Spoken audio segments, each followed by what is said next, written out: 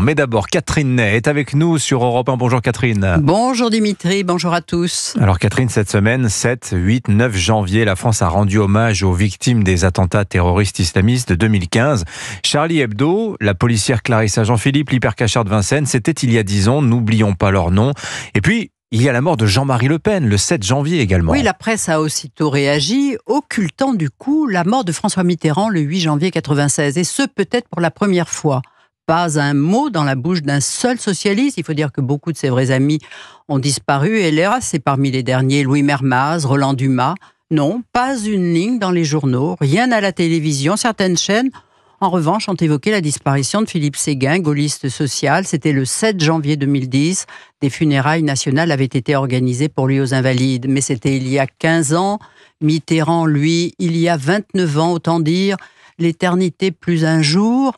Jacques Chirac, son successeur à l'Élysée, son adversaire de toujours, sinon son ennemi, avait su trouver les mots et le ton qui avaient ému la famille socialiste, choquée, à contrario, par le message froid et mécanique d'un Lionel Jospin qui réclamait toujours un inventaire, pour ne pas dire la condamnation du défunt.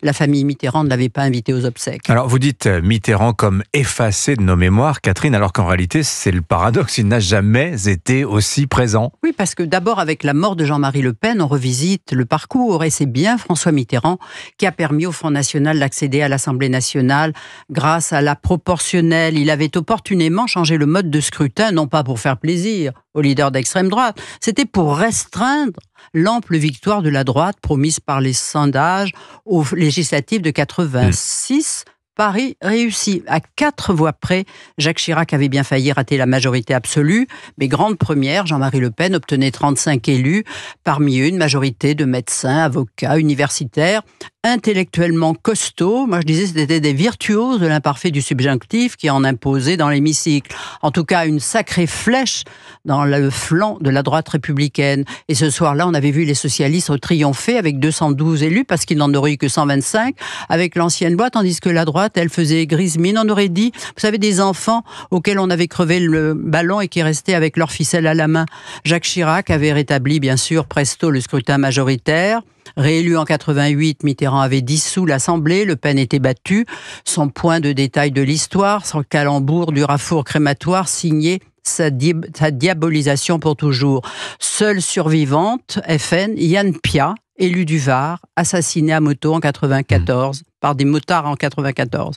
À la présidentielle de 88, Le Pen avait tout de même recueilli 14,7% des suffrages. Alors, autre façon de marquer l'actualité, Catherine, les discussions sans fin aujourd'hui des gouvernements Barnier et Bayrou sur la réforme des retraites pour éviter la censure. Ah oui, on n'en sort pas. La retraite à 60 ans et non plus à 65 ans, cadeau de François Mitterrand, 82, au moment où l'augmentation de la durée de vie était de 3 mois par an, une réforme à contresens par excellence et un désastre pour le pays, car avec un autre effet secondaire, qui est, comme on le dit, des médicaments.